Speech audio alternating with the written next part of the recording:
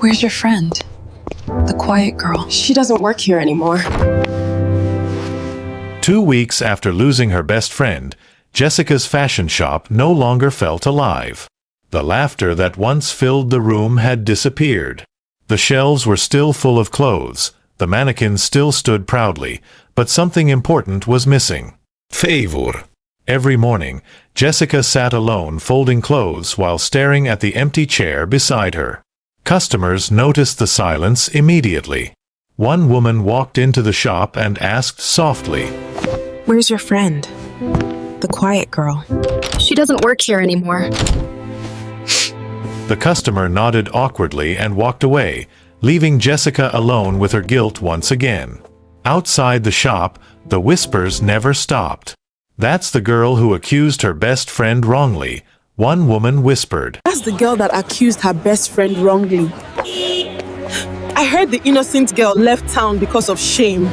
Jessica heard every word, and every sentence felt heavier than the last. That night, Jessica sat alone in her bedroom scrolling through old pictures of herself and Favor. Pictures filled with smiles, laughter, and dreams they once shared together. For a moment, she smiled sadly at the memories. Then suddenly, her phone rang. An unknown number. Jessica answered slowly. Hello, is this Jessica? Yes? I'm calling from Abuja General Hospital. Your friend Favor was involved in an accident. Jessica's heart immediately began to race. Your friend Favor was involved in an accident. Everything around her suddenly felt silent. Her hands trembled, and the phone slowly slipped from her fingers. Without wasting time, Jessica rushed to Abuja that same night.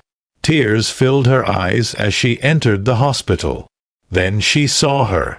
Favor lay weakly on the hospital bed, bruised and connected to machines. Jessica broke down immediately. She rushed beside the bed, grabbed Favor's hand tightly, and cried. You came. I'm sorry. I'm so sorry for everything. Please don't leave this world hating me. For the first time in weeks, Favor's eyes softened emotionally. But the pain between them still remained. Moments later, the doctor walked into the hallway and called Jessica aside. She needs surgery urgently. How much? 5 million naira. If payment isn't made soon. Jessica stood there in silence. The same money that destroyed their friendship now stood between life and death. The next morning, Jessica returned to her fashion shop. She looked around slowly at everything they had built together. The expensive handbags, the beautiful clothes, the jewelry, the mannequins, the dreams they once shared. Then, quietly, she began selling everything. Customers watched in confusion as she packed items away. One customer finally asked, "Why are you selling everything?" Why are you selling everything? Because some friendships are worth more than money. One painful truth remained. True regret only begins when it's almost too late. Tell me what you learned from this story. Like and share.